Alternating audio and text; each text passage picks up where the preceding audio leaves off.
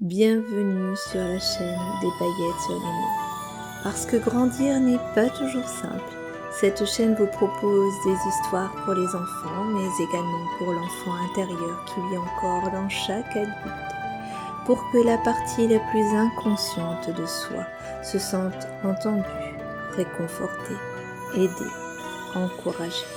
Mettre des mots sur nos mots, sur des émotions parfois incomprises, des comportements souvent limitants, c'est déjà les accepter pour mieux les laisser s'envoler. Alors, c'est le moment de prendre conscience de ces ailes. L'écoute des contes et histoires hypnotiques se fait de préférence dans un endroit calme, confortable, avec casque, pourquoi pas. Petit rituel du soir, seul ou moment de partage avec papa ou maman. En fait, à chacun de trouver ce qui lui convient. Pour vous aider, un thème guide chaque vidéo. Néanmoins, les histoires peuvent être écoutées juste pour le plaisir de voyager. L'inconscient, lui, choisira toujours ce qui sera nécessaire pour lui d'entendre. Dernière indication avant de se laisser voyager. Même si l'hypnose est un état naturel chez l'enfant, pour rappel, elle ne doit en aucun cas remplacer un traitement médical. Elle est déconseillée aux personnes souffrant de troubles psychotiques. Consultez un professionnel de la santé pour le suivi de votre enfant. Ces histoires se veulent comme un petit plus et surtout un moment de plaisir qui permettra à votre enfant de voyager dans le monde merveilleux de l'imagination pour accéder à ses ressources et à ses solutions. Rêver, c'est déjà le vivre. Alors, je vous souhaite une excellente écoute, une réécoute également. Je vous remercie de liker, de vous abonner, de partager évidemment, pour permettre à la chaîne de prendre son envol elle aussi. Et surtout, je vous souhaite que ma voix, porteuse de mots, vous porte le meilleur. Bonjour, approche. Installe-toi le plus confortablement possible. Si tu as l'habitude de venir écouter mes histoires, tu connais déjà Caramel, ma petite chatte qui m'accompagne depuis de nombreuses années. Tiens, la voici qui vient justement s'installer auprès de moi. C'est incroyable comme elle adore ces histoires. À peine je commence, qu'elle arrive et s'installe tranquillement.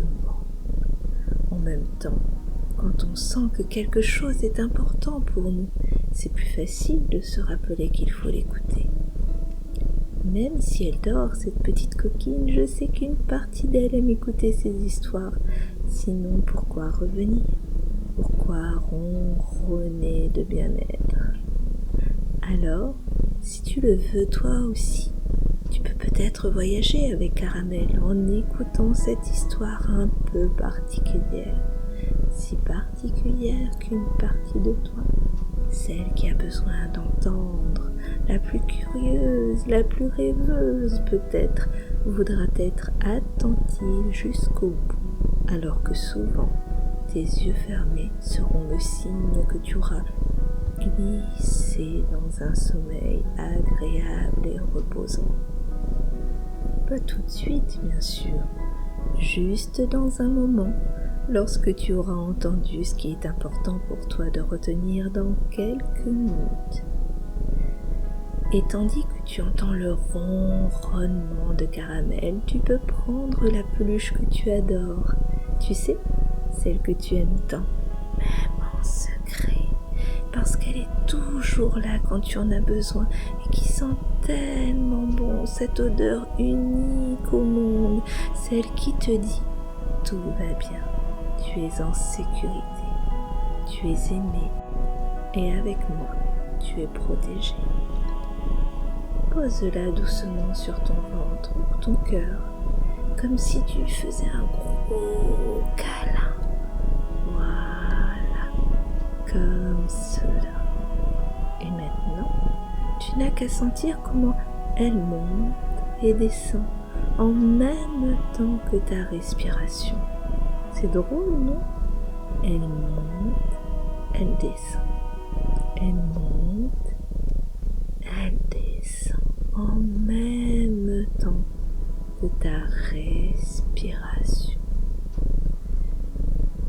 Et c'est juste magique de ressentir comment chaque ronronnement, à chaque respiration, le calme entre en toi. Parfois même, il arrive souvent de ressentir comme une chaleur colorée qui commence à se diffuser à l'intérieur. Tu sens ta peluche, ton doudou contre toi. Tu ressens cette douce chaleur qui commence à entrer en toi. Parfois, certains enfants voient comme une lumière autour. Je me demande bien de quelle couleur c'est pour toi. En fait, ce n'est pas important. Ce qu'il est, c'est de sentir comment c'est facile pour toi, juste à cet instant, d'être totalement bien en toi, comme caramel, calme et détendu.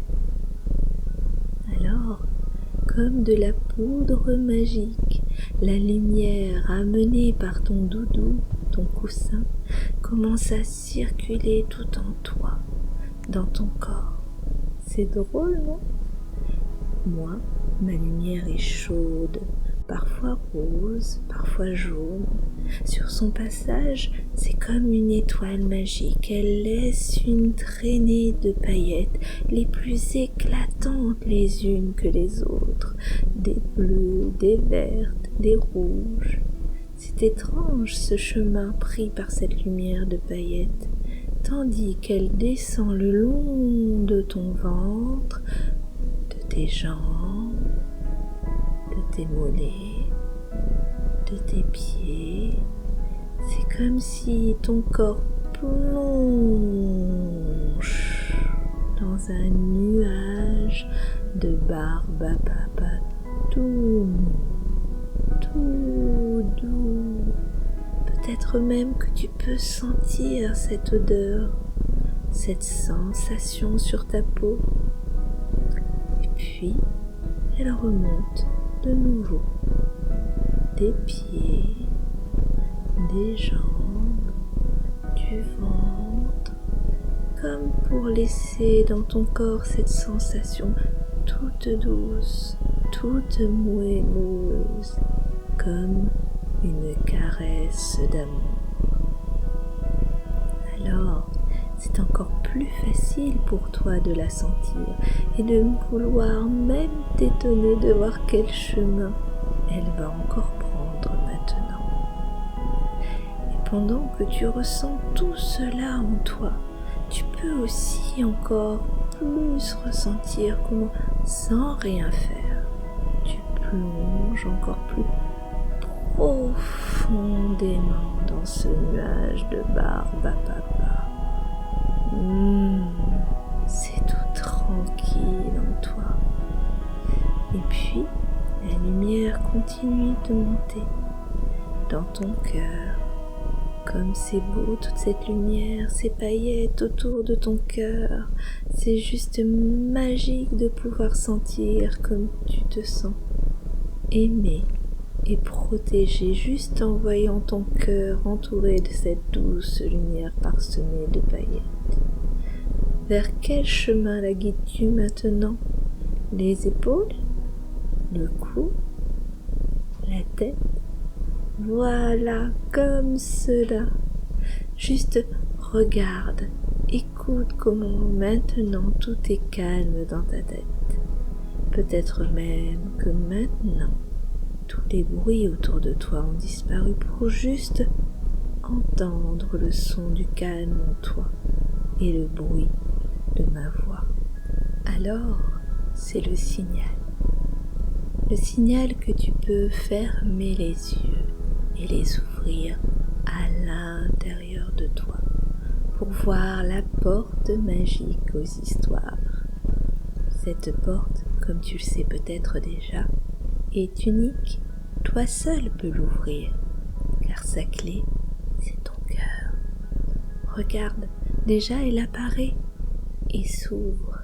Derrière se trouve le monde magique aux histoires. Alors, laisse la magie des mots qui agit.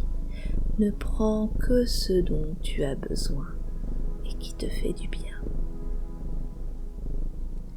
Quand j'étais petite, j'allais souvent chez ma grand-mère.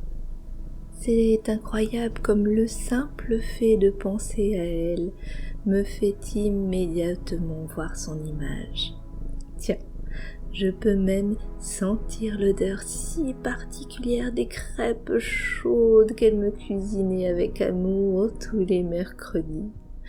Cela sentait si bon et quel goût! Aucune crêpe au monde ne me paraisse aussi délicieuse encore aujourd'hui.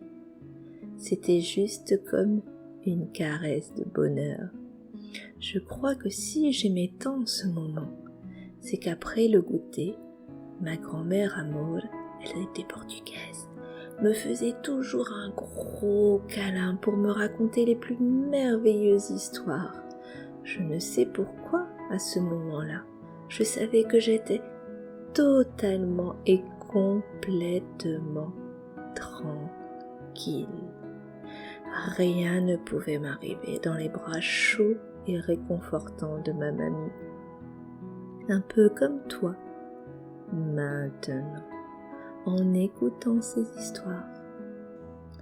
C'est drôle comme les choses les plus simples sont celles qui nous font le plus de bien, nous remplissent d'amour, quand une partie de nous sait juste le remarquer. Enfin, un jour, elle me raconta l'histoire du pays aux 1000 mots, un pays imaginaire minuscule, si minuscule qu'il était invisible aux yeux des humains. Bien caché dans les forêts les plus éloignées, ce pays aux 1000 mots était un lieu magique. Tout y était beau, rempli de couleurs différentes. Les chemins et les ponts étaient de mini-arcs-en-ciel, les maisons des bulles de toutes les couleurs, la pluie une caresse de paillettes, le vent un souffle de parfum de vanille. On y entendait chanter de douces mélodies, plus douces qu'un chant d'oiseaux du paradis qui nous emporte dans les airs. Peut-être même que déjà, toi aussi, tu les entends, n'est-ce pas? Et alors, qui sont les habitants du pays aux 1000 mots? Eh bien, de minuscules fées aux ailes, elles aussi arc-en-ciel.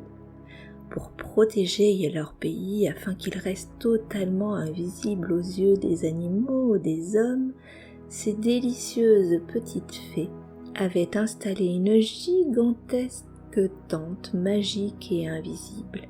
Tu sais, un peu comme la cape d'Harry Potter.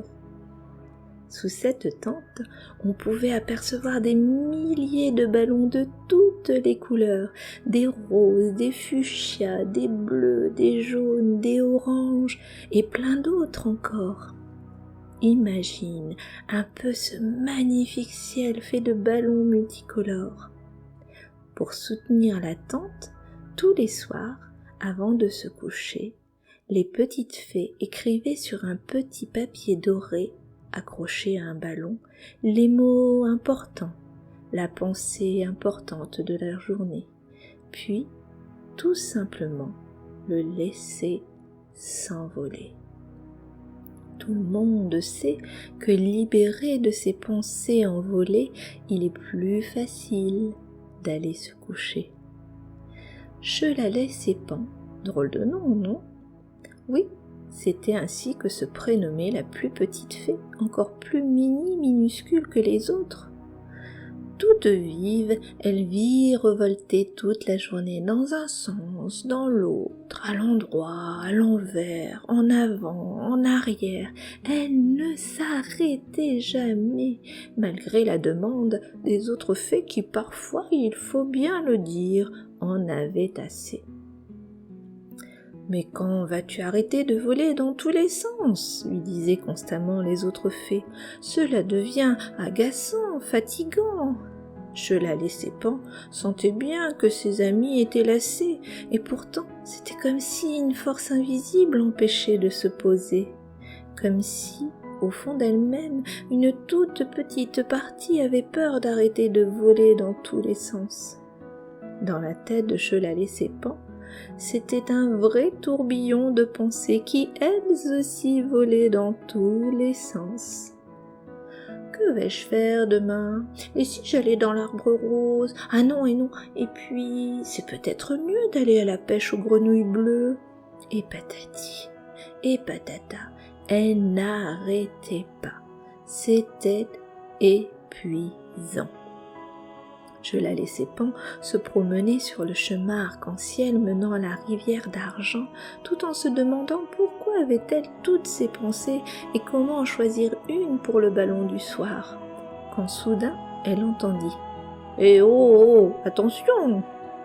Elle venait de bousculer Léo, le minuscule escargot. Léo était vraiment drôle et parfois grognon. « Eh bien alors, tu ne sais pas regarder où tu voles? Où as-tu ton brevet d'aile? Dans le derrière d'une abeille ?» « Désolé, Léo, j'étais dans mes pensées, » lui répondit Chelalès et Pan. « Tu sais, j'ai connu quand j'avais 141 ans... » Ah bah oui, j'ai oublié de te dire, les minuscules escargots du pays aux 1000 mots vivaient vraiment très longtemps.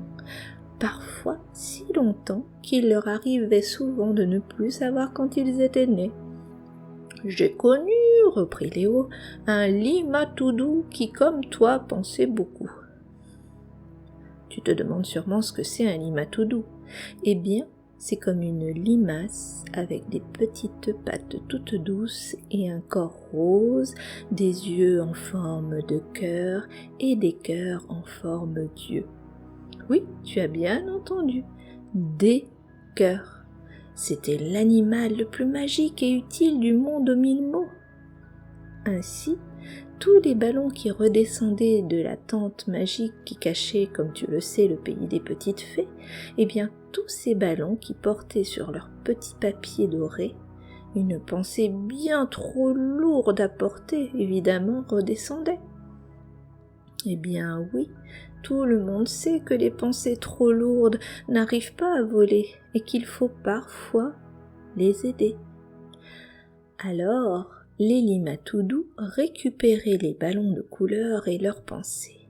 Ils les dégustaient aussi facilement que tu dégustes une fraise tagada, les digéraient et finissaient tout aussi tranquillement par les expulser en petits cailloux de toutes les couleurs.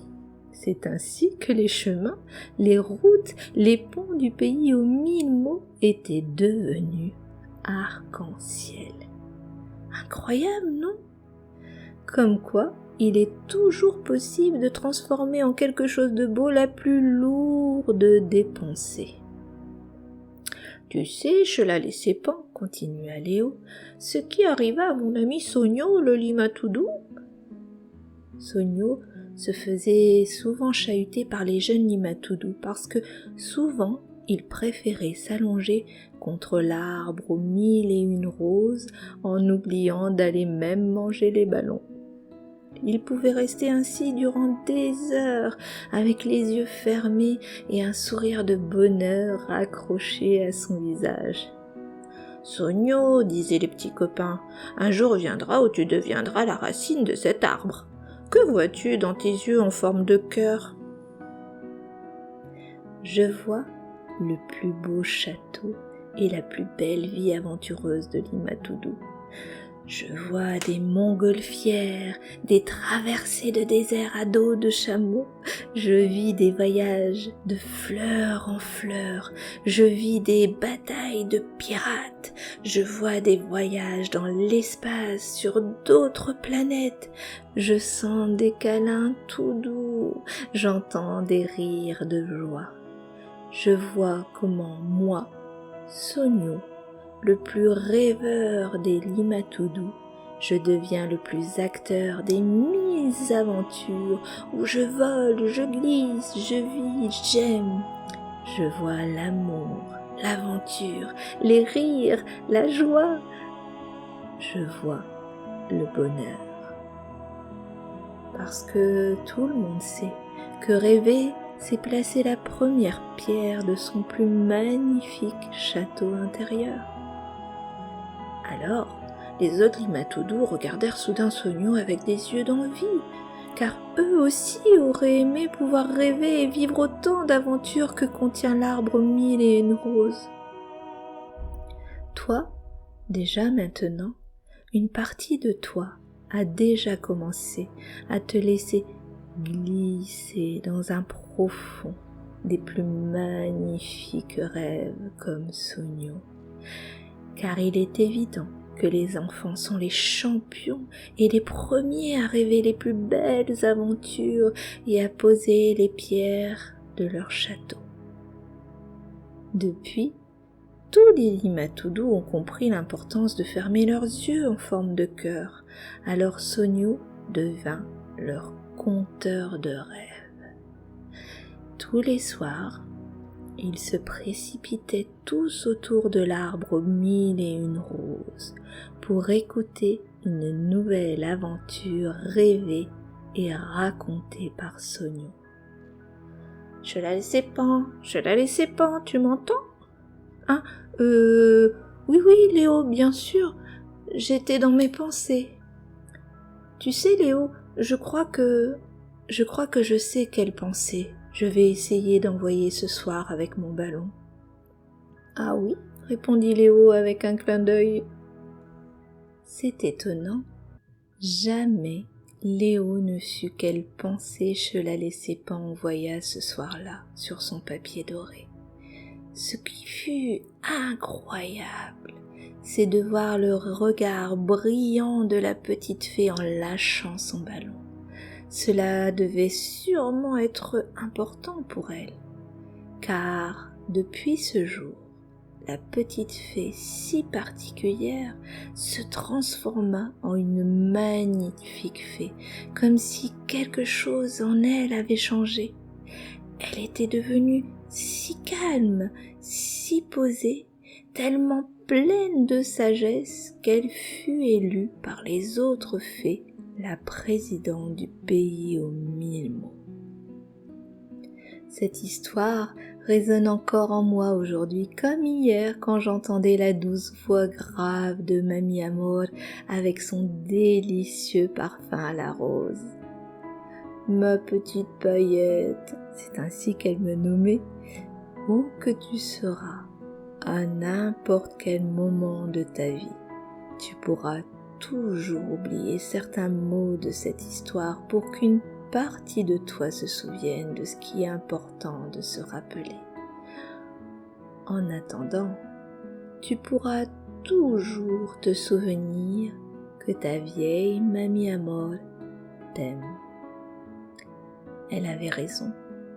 Encore aujourd'hui, ces mots résonnent en moi, tout comme ces histoires. Merci, Mamie Amor. Voilà. J'espère que cette histoire t'a parlé dans ton cœur. Nous savons tous que les mots les plus importants pour nous trouvent toujours le chemin qui les mène à la bonne porte en nous, qu'elle soit petite, moyenne, gigantesque, en bois, en fer, en plume ou même en paillettes. C'est automatique. Chaque mot est autoguidé. C'est comme cela, il n'y a rien à faire, à part se laisser surprendre de voir tous les petits changements qu'il crée en nous, comme par magie. C'est vraiment chouette. chouette et magique de voir comment sans rien faire, notre cœur et une partie inconsciente de nous retiennent ce qui est important pour nous d'apprendre, comme un air de chanson qui reste en toi, seulement si cela peut te faire du bien évidemment. Sinon, l'air passe et disparaît dans le vent. Alors, tu peux te laisser sombrer dans le plus doux sommeil réparateur qui demain, j'en suis certaine, te permettra de te réveiller en super forme, plus confiant de ta lumière intérieure que jamais, pendant que la partie de toi qui te veut du bien continue, elle, son travail, tranquillement. Et puis, plus tu continues à entendre ma voix, moins tu l'entends, pour juste entendre la musique, puis le silence qui mène à la porte des rêves merveilleux. Bonne nuit, fais de doux rêves aux mille couleurs.